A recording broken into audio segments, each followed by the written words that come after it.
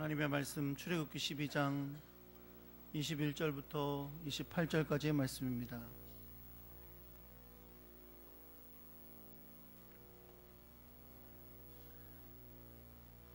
구약성경 출애굽기 12장 21절에서부터 28절까지 말씀을 함께 교독하겠습니다. 제가 가지고 있는 성경은 구약성경 99페이지입니다.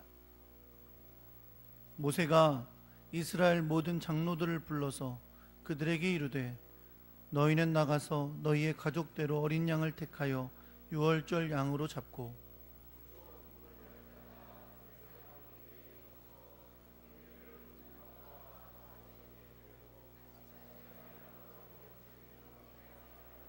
여호와께서 애굽 사람들에게 재앙을 내리려고 지나가실 때에 문 임방과 좌우 문설주의 피를 보시면 여호와께서 그 문을 넘으시고 멸하는 자에게 너희 집에 들어가서 너희를 치지 못하게 하실 것임이니라.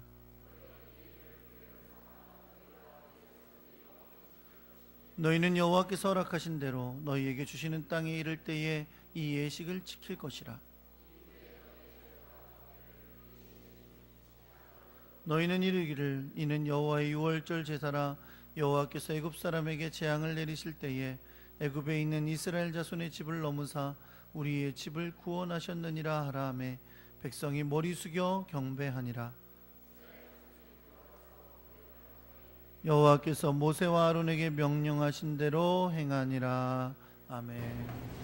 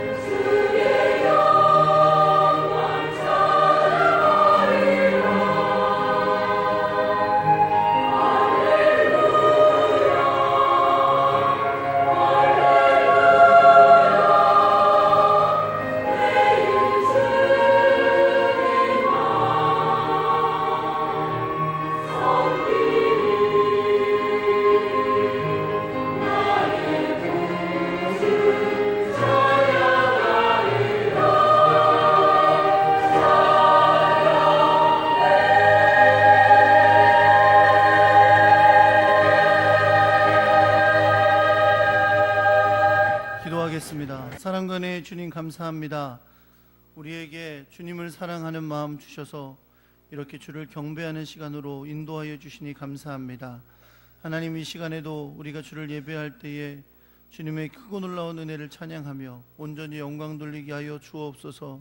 주님 앞에 감사함으로 예물을 드렸습니다. 그 손길 기억하셔서 주님이 하나님의 말씀 가운데 주셨던 약속으로, 그리고 세상이 줄 수 없는 것들로 갚아주시고 저들이 행하는 모든 일이 복되게 하사 승리케 하시며 하나님의 뜻을 이루게 하여 주옵소서. 드려진 예물 하나님의 영광을 위해 아름답고 복되게 쓰임 받게 하여 주옵소서.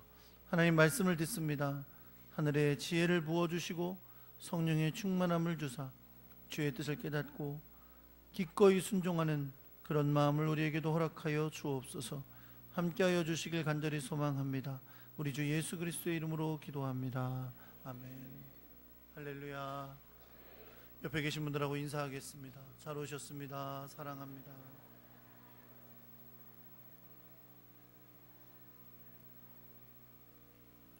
주님의 크고 놀라운 은혜와 사랑이 여러분과 함께 하시기를 우리 주 예수 그리스도의 이름으로 축원합니다. 한번 따라해 보겠습니다. 진정한 해방. 우리나라가 일제 강점기에서 해방된 것이 1945년입니다. 그래서 올해 광복 73주년이라고 하는 해입니다. 우리나라가 공식적으로 1910년에 한일합방이 됐었고 36년 동안 일본 제국주의의 통치를 받았었죠. 사실 여러분, 36년이라는 시간은 우리나라의 5천년 역사라는 긴 시간 속에서 아주 작은 부분일 수도 있습니다. 그러나 우리는 그 기간 동안에 나라를 잃은 큰 고통과 아픔을 맛보았고, 여전히 그 역사의 아픔이 씻어지지 않고 청산하지 못한 것들이 많이 있어서 여전히 그때의 고통을 잊지 못하고 있습니다. 기독교 안에서도 이 일제시대 36년간의 기간 동안에 있었던 많은 아픔들이 있습니다. 며칠 전에 국민일보에서 이 일제감검기 역사 속에서 한국교회의 가장 수치스러운 역사의 사건이었던 신사참배의 사건을 다룬 적이 있습니다. 1938년 9월 11일 조선 예수교 장로회는 총회에서 공식적으로 친사참배를 결의했습니다. 물론 이에 앞서서 감리교와 성결교를 비롯한 천주교까지 신사참배에 참여하고 있었고요. 마지막 방어선과 같았던 장로교회가 1938년 9월 11일에 총회에서 공식적으로 신사참배를 하는 것으로 결의를 했었습니다. 물론 이 결의는 단지 그 당시에 교인들에게 신사참배는 국민의례니까 참여해도 괜찮다라는 것을 허락하는 결의만 됐던 것이 아니었습니다. 그날 이후로 한국 교회는 연합해서 일제에 부역을 하게 됐습니다. 심지어 전투기를 구입해서 일제에 헌납을 하기도 했다고 합니다. 그래서 그 전투기 이름을 이렇게 지었다 그래요. 조선 장로호. 참으로 가슴 아프고 부끄러운 역사죠. 우리가 잘 알고 있는 한격진 목사님, 돌아가시기 전에 1922년에 한국교회 앞에서 공식적으로 신사참배를 결의하고 참여하신 것에 대해서 회개하셨었습니다. 여러분, 이런 아픔의 역사 속에서도 한국교회는 믿음을 지킨 놀라운 역사를 가지고 있습니다. 일제의 강력한 신사참배 강요 속에서 수많은 박해와 고통을 겪으면서도 신사참배에 참여하지 않고 믿음을 지키셨던 수많은 분들이 계셨습니다. 그리고 그 가운데 순교를 당하신 주기철 목사님, 손양원 목사님과 같은 분들도 계셨습니다. 또한 일제 강점기 속에서 우리 민족의 독립운동의 역사 속에 기독교인들은 주도적인 참여자였습니다. 우리가 잘 알고 있는 것처럼 3.1 운동을 전개했던 독립운동가 민족대표 33인이 있었고, 그들의 이름은 역사에 위대하게 기록되어 있는데 그 가운데 절반에 해당되는 16명이 기독교인이었습니다. 여러분, 이것은 매우 큰 의미가 있다고 볼 수 있습니다. 왜냐하면 초기에 한국의 교회의 성도들은 고통 가운데 있는 한국, 이 민족과 나라를 그냥 지나치는 것이 아니라 언제나 누구보다 앞장서서 민족을 위해 일하며 애쓰는 사람들이었다는 것입니다. 물론 36년의 일제의 역사는 한국 교회에도 수많은 아픔을 주었던 역사이지만, 그러나 그 기간은 한국 교회가 믿음으로 새롭게 되는 역사였고, 또 위대한 역사의 유산을 남기기도 했던 기간이었습니다. 사랑하는 성도 여러분, 오늘 우리가 광복절 기념주의로 지키는 것은 특별한 의미가 있습니다.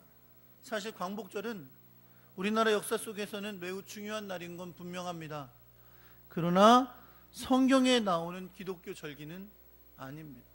어떤 분들은 그래서 무슨 광복절 기념 예배를 교회에서 드리냐, 교회에서 하는, 하나님이 하라고 하신 절기도 아니고 교회가 지켜온 전통도 아닌데 왜 광복절 예배를 드리냐라고 하시는 분들도 있습니다.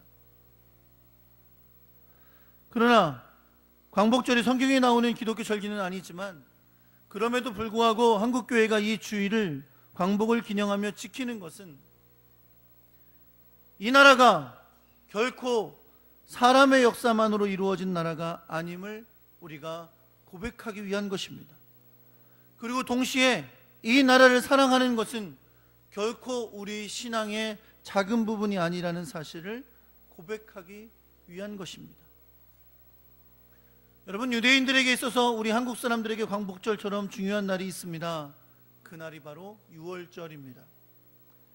왜냐하면 유월절은 이스라엘 백성들이 애굽의 노예 생활 가운데에서 해방된 날이기 때문이죠. 그래서 해방 기념일이라는 면에서 공통점이 있습니다. 그런데 그럼에도 불구하고 아주 다른 점이 있다면, 광복절은 역사의 결과로 이루어진 그날을 기념하기 위한 날인 반면에, 유월절은 하나님께서 이스라엘 백성들을 구원해 주실 것을 약속하시면서 그들에게 지키라고 명하신 절기라는 겁니다. 심지어 유월절은 하나님께서 이스라엘 백성들을 구원하신다고 약속하시면서 어떻게 그 명절을 앞으로 지켜야 할지 세부적인 방법까지 가르쳐 주신 절기입니다. 그러면서 차이는 있어요. 우리의 광복절은 사람들의 역사 가운데 생겨난 일이고, 유월절은 하나님이 정해주신 날이다, 이렇게 구분하여 말할 수도 있습니다. 하지만 여러분, 오늘 본문의 말씀을 통해 하나님께서 유월절을 지키라고 하신 그 명령의 의미를 잘 살펴본다면, 우리는 우리에게 있어서 이 광복절도 영적이고 신앙적인 의미가 있음을 깨닫게 될 것입니다.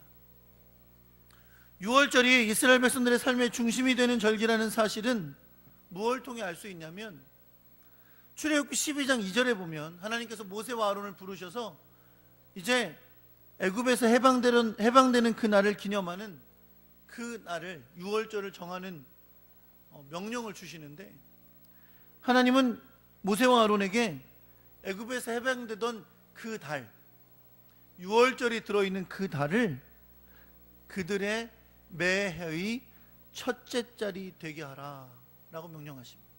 이 전까지는 이스라엘이 지키고 있던 달력이 있었겠죠, 그렇죠? 그런데 하나님께서 유월절을 그들에게 주시면서 뭐를 명령하시냐면, 이제부터 내가 너희를 애굽에서 해방시키는 바로 그 날이 들어있는 이 달을 너희의 첫 번째 달로 삼아라, 쉽게 말하면 1월 달로 삼으라고 명령하셨다는 겁니다. 이것은 매우 중요한 의미가 있습니다. 이것은 이제 하나님께서 이스라엘의 역사의 주인이 되심을 의미하는 거예요. 내가 너희를 해방한 그날, 그리고 하나님께서 이제 그들의 하나님이 되시고 그들은 하나님의 백성이 됐던 바로 그 달이 이제 이스라엘 역사의 새로운 시작이다 라고 정하게 하신 거죠. 그래서 그 달을 항상 1월로 지키도록 말씀하신 겁니다. 하나님은 모세와 아론에게 애굽에서 나오던 날을 기념하여 식구의 수를 따라 유월절 어린 양을 잡으라고 하십니다. 그 어린 양의 피를 집 좌우 문설주와 임방에 바르라고 명하십니다. 또한 그 밤에 고기를 구워 먹되 무교병과 쓴 나물과 아울러 먹으라고 하시고, 날 것이나 물에 삶아서 먹지 말고 머리와 다리와 내장을 모두 불에 구워 먹으라 하십니다. 그리고 그날 밤, 하룻밤이 지나가는 동안 다 먹고 남은 것은 저장하지 말고 반드시 불사르라고 명하십니다. 반드시 불사를 없애라고 하는 건 그날의 의미를 주님께서 강조하신 것입니다. 또 하나님은 이렇게 유월절 식사를 할 때에 그들이 애굽에서 나오던 날에 그랬던 것처럼 이렇게 식사를 하라고 하세요. 허리에 허리띠를 띠고, 외출 준비하는 거예요. 허리띠를 띠고, 허리띠에 안 하면 안 되잖아요. 그래서 이스라엘 백성들에게 허리띠는 굉장히 중요한 거예요. 왜냐하면 겉옷을 입고 그것을 고정하는 거거든요. 허리띠를 띠고 신을 신고, 그리고 손에 지팡이를 잡고 급히 먹어라, 이렇게 명령하십니다. 그러니까 유월절 식사를 할 때는 어떻게 한다고요? 먹는데 허리띠를 띠고 신발 신고 지팡이 들고, 먹을 때도 양반처럼 먹으면 안 돼요. 급히. 왜? 어떨 때 외출을 해야 되는데 시간이 얼마 안 남아서 막 급히 먹어야 될 때처럼 급히 먹어라 라고 말씀하십니다. 모두 다 뭘 담고 있어요? 이스라엘 백성들 애굽에서 해방되던 그 날의 그 장면을 담고 있는 것입니다.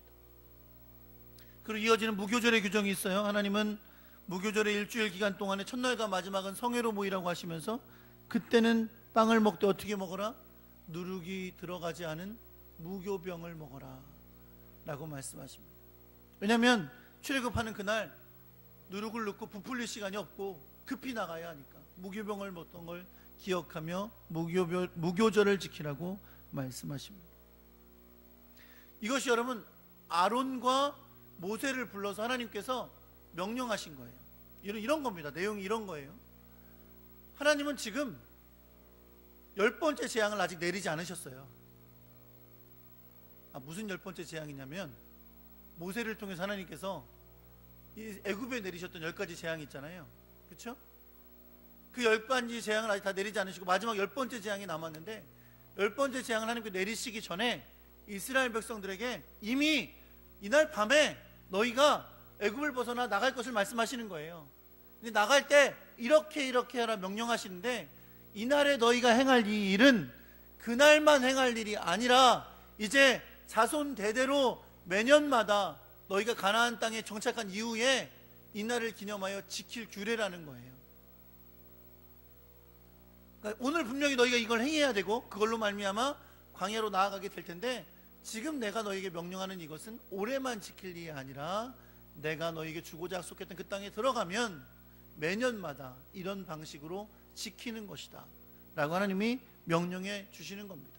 그래서 이 명령을 받은 모세와 아론이 이스라엘 백성들 가운데 장로들을 모아놓고, 지도자들을 모아놓고 이날에 행할 일을 이제 설명합니다. 물론 오늘 본문에 보면, 오늘 여러분과 제가 읽은 본문에 보면 이것을 앞에서 하나님께서 모세와 아론에게 말씀하셨던 내용을 동일하게 반복하지는 않습니다.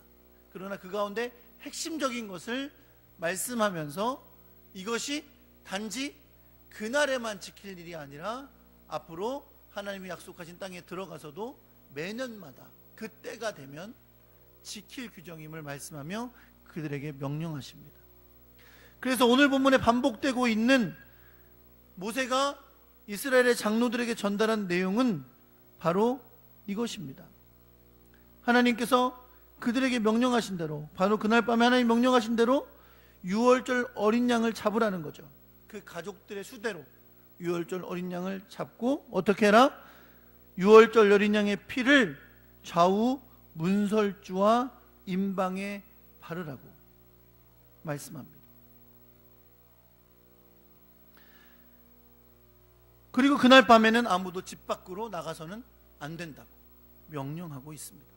여러분, 이 하나님의 명령에는 약속이 들어있어요.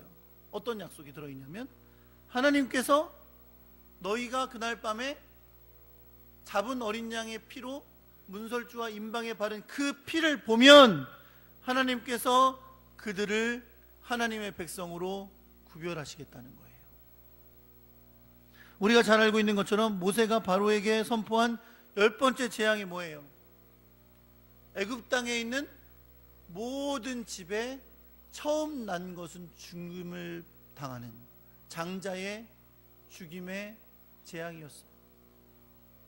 그날 밤에, 이제 하나님이 명하신 그날 밤에 하나님의 사자가 각 애굽 땅을 다니면서 각 집마다 각 집에 처음 난 것, 심지어 동물까지도 처음 난 것은 다 죽이는 날인데, 그날 밤에 하나님이 명령하신 대로 유월절 어린 양의 피를 좌우 문설주와 임방에 바르면 하나님의 사자가 재앙을 내리기 위해 그 집에 오다가, 애굽 땅에 오다가 그 피를 볼 때에 그 문을 넘어서 다른 집으로 갈 것이다, 재앙을 피하게 할 것이다 라고 말씀하는 겁니다. 하나님께서 여러분 모세를 통해서 주셨던 애굽 땅에 있는 모든 집에 첫 번째 난 것이 죽는 재앙은, 사실 그 재앙을 주실 때에 이스라엘 민족에겐 주시지 않고 애굽 사람에겐 주겠다라고 말씀하시지 않았어요. 그 땅에 동일하게 내려지는 재앙이었습니다. 그러나 하나님은 하나님의 백성들, 하나님이 택하신 하나님의 백성들에게 말씀을 주셨어요. 약속의 말씀. 어떤 말씀? 어린 양의 피를 좌우 문설주와 임방에 발라라. 그러면 내가 그 집을 넘어가리라 라고 약속하신 겁니다. 여러분, 굉장히 영적으로 중요한 의미가 있어요. 여러분 하나님께서 여러분과 저를 구원하시기 위해서 예정하시고 택하신 걸 믿으십니까? 하나님 우리를 미리 하시고 우리를 택하셨어요. 그러나 우리를 미리 하고 택하셨어도 우리가 그냥 하나님 앞에서 구원받는 것이 결코 아닙니다. 우리가 구원받는 건 어린 양의 피로 구원받는 거예요. 아무리 하나님께서 이스라엘 백성을 택하셨어도 애굽 땅에 동일하게 재앙이 내려지는 거예요. 그러나 그 피를 바르는 자들은, 그 어린 양의 피를 볼 때 주님이 그 재앙을 넘어가 구원하신다고 약속하신 것입니다. 모세가 광야에서 놋뱀을 든 적이 있죠. 다 불뱀에 물려서 죽어갈 때 놋뱀을 만들어 틀어라. 하나님 구원하시려는 역사를 이루신 거예요. 그런데 누구만 구원받아요? 나와서 본 자들이 구원받아요. 그냥 구원받는 게 아닌 거죠. 오로지 예수 그리스도를 통해 구원받는 줄 믿으시기 바랍니다. 그 보혈의 피가 여러분과 저를 구원한 것인 줄 믿으시기 바랍니다. 아무튼 이러한 하나님의 명령이 모세를 통해 이스라엘 백성에게 내려졌습니다. 그리고 이제 그날 밤에 이스라엘 백성들은 하나님의 놀라운 구원을 맛보게 될 거예요. 어떤 구원이 있어요? 아침에 일어나 보니 애굽 땅의 온 집마다 애곡이 나는 거죠. 밤 사이에 장자들이 다 죽었어요. 동물 중에 가장 큰 동물들이 다 죽었어요. 그날에 각 집집마다 다 초상이 나는 고통을 겪게 된 거예요. 그런데 그날 어린 양의 피를 바른 집마다 구원받는 놀라운 역사를 체험하는 것입니다. 그리고 그날 어떻게 돼요? 이제 바로가 손을 들고 이스라엘 백성 광야로 내보내서 하나님의 놀라운 구원의 역사가 이스라엘 민족 가운데 이루어지게 되는 것인 줄 여러분 믿으시기 바랍니다. 근데 여러분 잊지 말고 주목해야 될 사실은, 그들에게 주신 유월절 어린 양의 피를 바르는 예식은 하나님이 그날에만 할 것이 아니라고 하셨다는 거예요. 어떻게 하셨어요? 이제 그들이 하나님이 주실 가나안 땅에 들어가면 매년마다 첫 달이 되면, 그날을 첫 달로 삼으라고 하셨잖아요. 첫 달에 그날이 되면 지켜야 될 규례라는 거예요. 물론 피를 바르는 것만 있는 게 아니고 유월절에 여러 규정들이 다 있죠. 그 예식을 이제 가나안 땅에 들어가면 이제 행하게 될 것입니다. 매년마다 그때만 되면 행할 거예요. 그것을 자손대세로 지키라고 말씀하는 거죠. 근데 왜 하나님이 이러한 의식을, 사실은 피를 바르는 것은 그날에만 필요했잖아요. 가나안 땅에 들어가면 피를 바를 필요가 없어. 왜? 그날 재앙이 있는 날이 아니에요. 그날 안 바른다고 장자들이 죽지 않습니다. 그런데 하나님은 유월절 날 항상 유월절 어린 양을 잡고 그날은 이스라엘 집집마다 피를 문설주와 임방에 바르는 날이에요. 그러니 모르는 아이들이 와서 묻겠죠. 아버지, 도대체 이런 예식은 왜 하는 겁니까?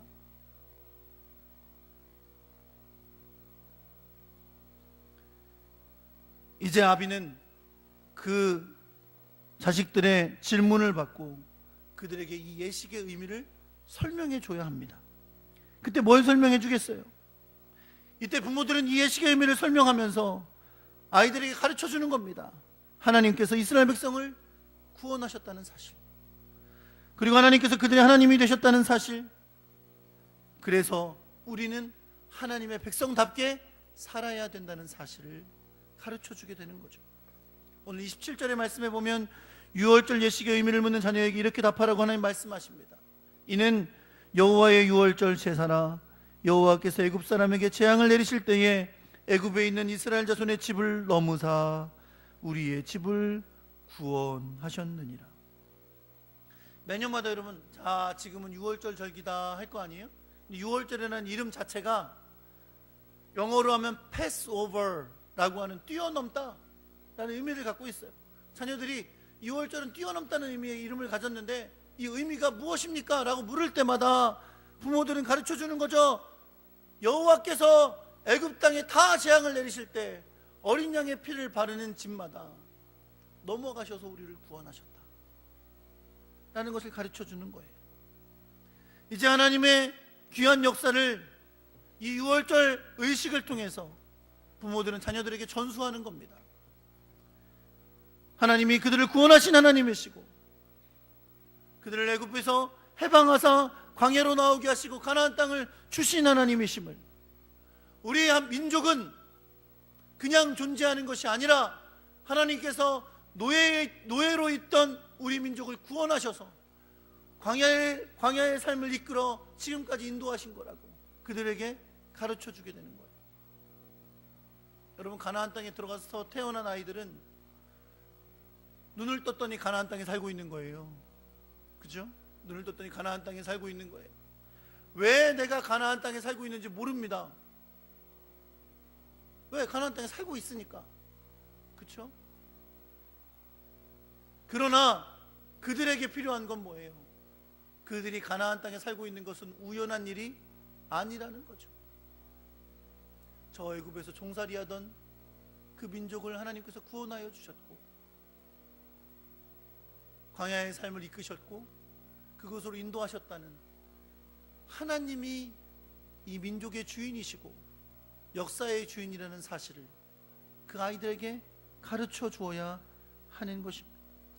그들이 지금 가나안 땅에 존재하고 있는 이유가 그냥 어쩌다가 우연히 사람의 능력으로 존재한 것이 아니라 430년간 애굽이라는 큰 나라 밑에서 종살이하던 우리를 하나님의 기적적인 10가지 재앙으로 구원하여 주시고 홍해를 건너게 해주시고 광야의 삶을 지켜주시고 약속하신 가나안 땅에 들어가게 하시고 모든 전쟁 가운데 승리케 하신 하나님의 역사라는 사실을 후손들에게 가르쳐주는 의미가 유월절을 지키는 그 예식의 의미 가운데 담겨져 있는 것입니다.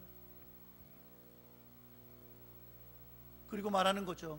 그렇기 때문에 우리는 오늘도 이것에 살면서 하나님이 우리에게 명령하신 그 명령을 지켜 행하며 살아야 된다. 우리는 왜? 하나님이 택하시고 하나님이 구원하시고 하나님이 사랑해 주신 그 민족이기 때문이라는 것을 깨우쳐 주어야 하는 것입니다. 그러나 우리는 구약의 이스라엘 역사를 너무나 잘 알아요.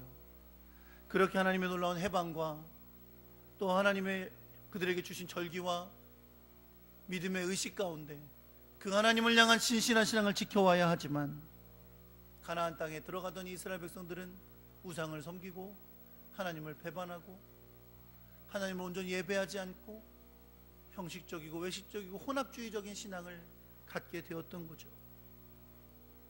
하나님이 그들을 하나님의 민족으로 택하시기 하여 구원하시고 그들을 인도하여 주셨지만 그들은 하나님을 저버리고 죄악 가운데 행하다가 북왕국 이스라엘은 아수르에게 멸망을 당하고 남왕국 유다는 바벨론에게 멸망당하여 방황하는 민족이 됐던 것을 우리는 역사 가운데 보고 있습니다.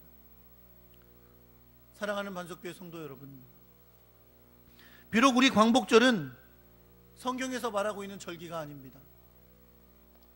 그러나 한국교회가 이 광복절 기념주의를 지정하여 지키는 그 이유는 이 나라의 역사가 결코 사람의 역사가 아니라 하나님의 역사임을 고백하기 원해서입니다. 우리나라가 일제에서 벗어나 해방되기까지 역사는 한국 기독교에게도 매우 중요한 역사의 시간들이었습니다. 일제의 압박과 교회에 대한 박해 속에서 수많은 그리스도인들은 박해를 당하고 고문을 당하고 교회가 불에 태워지는 고통을 겪어야 했습니다. 그런데 여러분, 놀라운 것은 그 일제 압박의 역사 속에서 한국 교회는 놀랍게 부흥해 왔다는 거예요. 놀라운 성장을 이루어 왔다는 겁니다. 오히려 한국 사회가 성장하고 현대화되는 데 있어서 누구보다 공헌을 했던 것이 한국 교회의 역사였습니다. 앞서 언급했던 것처럼 민족을 이끄는 지도자들 가운데서도, 그리고 대한민국의 독립을 위해 앞장섰던 사람 중에서도 누구보다 헌신하며 눈물을 흘리며 희생했던 사람들이 한국 교회의 지도자들이었습니다. 한국 교회의 인물들이었습니다. 이 모든 것보다 한국의 기독교인들은 나라의 해방을 위하여 눈물을 흘려 기도하는 것을 그치지 않았었습니다. 그런 가운데 맞은 해방이었기에 한국 교회는 이 해방의 역사를 사람의 역사로 이해하지 않습니다. 이 역사는 하나님의 역사였고, 하나님의 응답이었고, 하나님의 긍휼히 여기심이었습니다. 그리고 한국 교회는 그 가운데 놀라운 성장을 이루어 이제는 온 세계를 향해 선교사를 파송하는 놀라운 선교의 국가가 되게 하여 주셨습니다. 그러나 이런 역사 속에서 우리가 이스라엘 역사를 바라보며 잊지 않아야 할 것은, 우리가 경제가 성장해서 선진국이 되고 이제는 세계 어디 나가도 부끄럽지 않은 부강한 나라, 세계 어디를 가도 한국말을 배우려고 하고 한국 가수를 알고 한국 드라마가 유행하는 그런 자랑스러운 나라의 민족이 되었지만, 그럼에도 불구하고 우리는 결코 이러한 때에 하나님을 진실하게 경외하고 섬기는 열심을 잃지 않아야 한다는 것입니다. 외적으로 성장하고 경제적으로 부강하고 살기 좋은 나라가 되었다는 것이 우리가 참된 해방을 누리는 것이 아님을 기억해야 됩니다. 우리가 입으로는 여러분, 우리 옛날에 믿고 살던 걸 다 미신 그래요. 그렇죠? 아이, 그 다 미신이지. 입으로는 그러는데, 여러분, 무속인들이 날마다 부흥하고 있는 걸 아세요? 그렇죠? 가신 내린 무슨 동자 매일 새롭게 개척되잖아요. 매년마다 늘어난대요. 입으로는 미신하면서 맨날 찾아가니까 그런 거예요. 그렇게 권사님들이 많이 온대.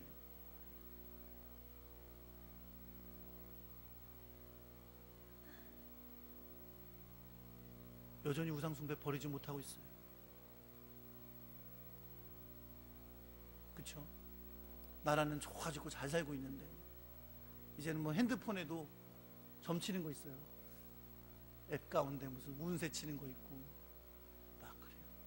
근데 우리 어떤 분들은 뭐 그런 거 한번 들어가 봤다가 잘못해서 뭐 이렇게 잘못 클릭해가지고 내가 보게 만들어. 나한테 공유를 해요. 나 뭐 어떡하라고? 좋아요 눌러달라고? 실수로 재미로 하시는 거지만 그러다 이게 사람이 심리, 우리나라 사람들은 이 심리예요. 그렇죠? 또 어떤 사회예요, 여러분? 음주와 쾌락을 누리는 사회. 제가 몇 번 얘기했지만 영국의 스코틀랜드에 스카치라는 양주 만드는 회사 있습니다. 유명한 회사죠. 그 회사가요, 운영의 위기를 겪었대요. 망하게 될 처지에 처한 거예요. 부도가 날 위기에 막 처했대요. 그 회사가 구호를 외쳤답니다. 회사를 살아남기 위해서 뭐라고 외쳤는지 아세요? 연말까지만 견디자. 연말까지만 견디자. 왜? 연말 되면 한국의 망년회가 시작된다. 연말말 되면 한국에서 팔리는 술이 전 세계에 죽어가는 회사를 살린대요. 요즘 우리나라의 소주 업계가 여러분 위기랍니다. 왜 위기인지 아세요? 나라에서 대학 축제에서 소주를 팔지 말라고, 술 팔지 말라고 규제하니까. 슬픈 현실이죠. 얼마나 대학생들이 축제 동안 술을 많이 먹길래. 대학에서 축제 때 술 팔지 말라 그랬더니 소주 업계가 다 망할 위기에 처했대요. 이게 우리나라예요. 중독인데 중독인지 모르는 나라. 그렇죠? 술 문화는 항상 음란한 쾌락 문화와 동반합니다. 하나님의 진리를 위협하는 인본주의적인 사상이 또 이 나라를 지배해서 듣기에는 좋은 인권이라는 이름으로 유럽을 망치고 전 세계를 위협에 빠뜨린 동성애의 일을 합법화하고 인정하려고 하는, 잘못된 길을 걸어가려는 그런 모습도 보이고 있습니다. 누가 인권을 틀렸다고 말하나요? 그렇죠? 올바른 걸 올바르다고 말하면 이제는 답답하고 보수적인 사람으로 취급받는. 그러나 여러분, 이러한 모든 것보다 더 무서운 것은 뭐냐면 순수함과 열정을 잃어버린 우리의 신앙입니다. 옛날처럼 모이지 않습니다. 옛날처럼 열심히 기도하지 않습니다. 주님 앞에 열심히 헌신하지 않습니다. 내 삶이 바쁘고 누릴 게 만들고. 사랑하는 성도 여러분, 우리는 어찌 보면 아직도 죄악의 올무에서 종살이하고 있는지도 모릅니다. 진정한 해방은 이 나라가 하나님 나라가 되는 것입니다. 그러기에 한국교회가 깨어 일어나야 됩니다. 성도들이 이 사회 속에서 변화를 일으키는 하나님 나라의 백성이 되어야 될 줄 믿습니다. 그러할 때 하나님은 이 나라를 붙드시고 이 마지막 때에 거룩한 하나님의 일을 감당하는 복된 나라로 이 대한민국을 사용하여 주실 것입니다. 그러므로 우리는 나라를 위한 기도를 멈출 수 없습니다. 그리고 이 땅 위에 살면서 하나님의 백성다운 삶을 살기를 결단하지 않을 수 없습니다. 나라를 사랑하기 때문에, 하나님을 사랑하기 때문에, 아름다운 하나님의 나라, 복되고 건강한 나라, 정의와 자유가 숨쉬는 나라, 가난하고 소외된 자들이 힘을 얻는 나라, 열심히 일한 자들이 인정받는 나라, 그런 복되고 하나님의 뜻에 합당한 나라가 되기 위하여 기도를 멈추지 마시고, 또 우리가 그렇게 하나님 앞에 모범적으로 살아가는 하나님의 사람 될 수 있기를 우리 주 예수 그리스도의 이름으로 축원합니다.